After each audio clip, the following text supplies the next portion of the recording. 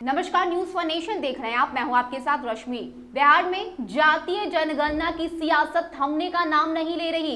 जहां एक तरफ सीएम नीतीश कुमार पीएम मोदी के जवाब का इंतजार कर रहे हैं, उनसे विचार विमर्श करना चाहते हैं, तो वहीं दूसरी तरफ आरजेडी की तरफ से लगातार जातीय जनगणना की मांग की जा रही है। इतना ही नहीं, राज्य सुप्रीमो लालू प्रसाद यादव ने तो ये तक कह दिया कि मैं देश में जातिगत जनगणना करवा कर रहूंगा। इस सब के बीच एक बार फिर से राज्य सुप्रीमो लालू प्रसाद यादव ने अपना बयान दिया है, जिसमें उन्होंने साफ शब्दों में कहा है कि पशु पक्षियों की गणना हो सकती है, लेकिन पिछड़े और अति पिछड़े लोगों की गणना ये सरकार क्यों नहीं करना चाहती है। इसको लेकर क्या कुछ बयान लालू प्रसाद यादव की तरफ से दिया गया है, पहले देखिए। जनगणना में विभिन्न पशु पक्षियों जीव जंतुओं की गणना हो सकती है, पर विभिन्न पिछड़े अति पिछड़ों जातियों के मनुष्यों की नहीं। अगर जनगणना का उद्देश्य जन का उत्थान है,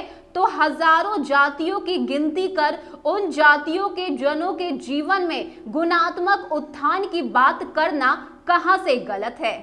तो इससे पहले भी आरजेडी की तरफ से ये कहा गया है कि ये सरकार पिछड़े और अति पिछड़े वर्ग के लोगों का विकास नहीं चाहती है, और यही कारण है कि लगातार देश में जातिगत जनगणना का विरोध किया जा रहा है और केंद्र सरकार जातिगत जनगणना नहीं करवाना चाहती है। तो वहीं दूसरी तरफ इसको लेकर लगातार राज्य सुप्रीमो लालू प्रसाद यादव और उनके बेटे तेजस्वी यादव की तरफ से जातिगत जनगणना की मांग की जा रही है। इतना ही नहीं, आरजेडी की तरफ से लगातार इसको लेकर प्रदर्शन भी हो रहा है और कहा जा रहा है कि देश में जातिगत जनगणना करवाना ही चाहिए। जब तक गणना नहीं होगी तब तक हमें पिछड़े और अति पिछड़े वर्ग के लोगों की संख्या का मालूम नहीं होगा, और जब तक हम उनके विकास कार्य नहीं करेंगे तब तक ये देश आगे कैसे बढ़ेगा। इसलिए ये बेहद जरूरी है कि इस बार देश में जातिगत जनगणना करवानी ही चाहिए, ताकि हमें जातियों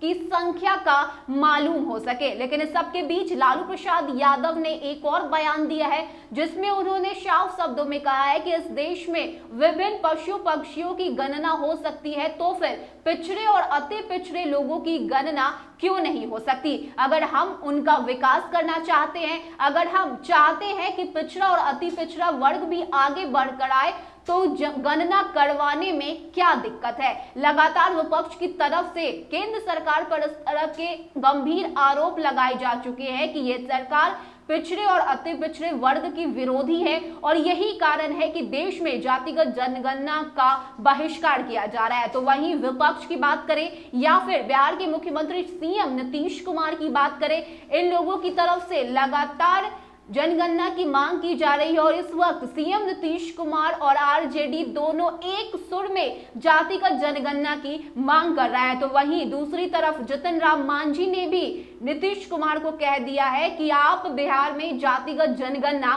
करवाइए। ऐसे में अब देखना ये दिलचस्प होगा कि आखिर सीएम नीतीश कुमार का फैसला क्या होता है। क्या वो पीएम मोदी के जवाब का इंतजार करते हैं या फिर वो बिहार में जातिगत जनगणना करवाते हैं। लेकिन इस सबके बीच लालू प्रसाद यादव की तरफ से लगातार गणना की मांग की जा रही है, और साथ ही साथ उन्होंने ये भी सवाल उठाए हैं कि अगर देश में पशु पक्षियों की गणना हो सकती है, तो फिर पिछड़े और अति पिछड़ों की गणना करवाने में क्या दिक्कत है। फिलहाल के लिए इतना ही। ज्यादा अपडेट के लिए आप बने रहिए न्यूज फॉर नेशन के साथ। नमस्कार।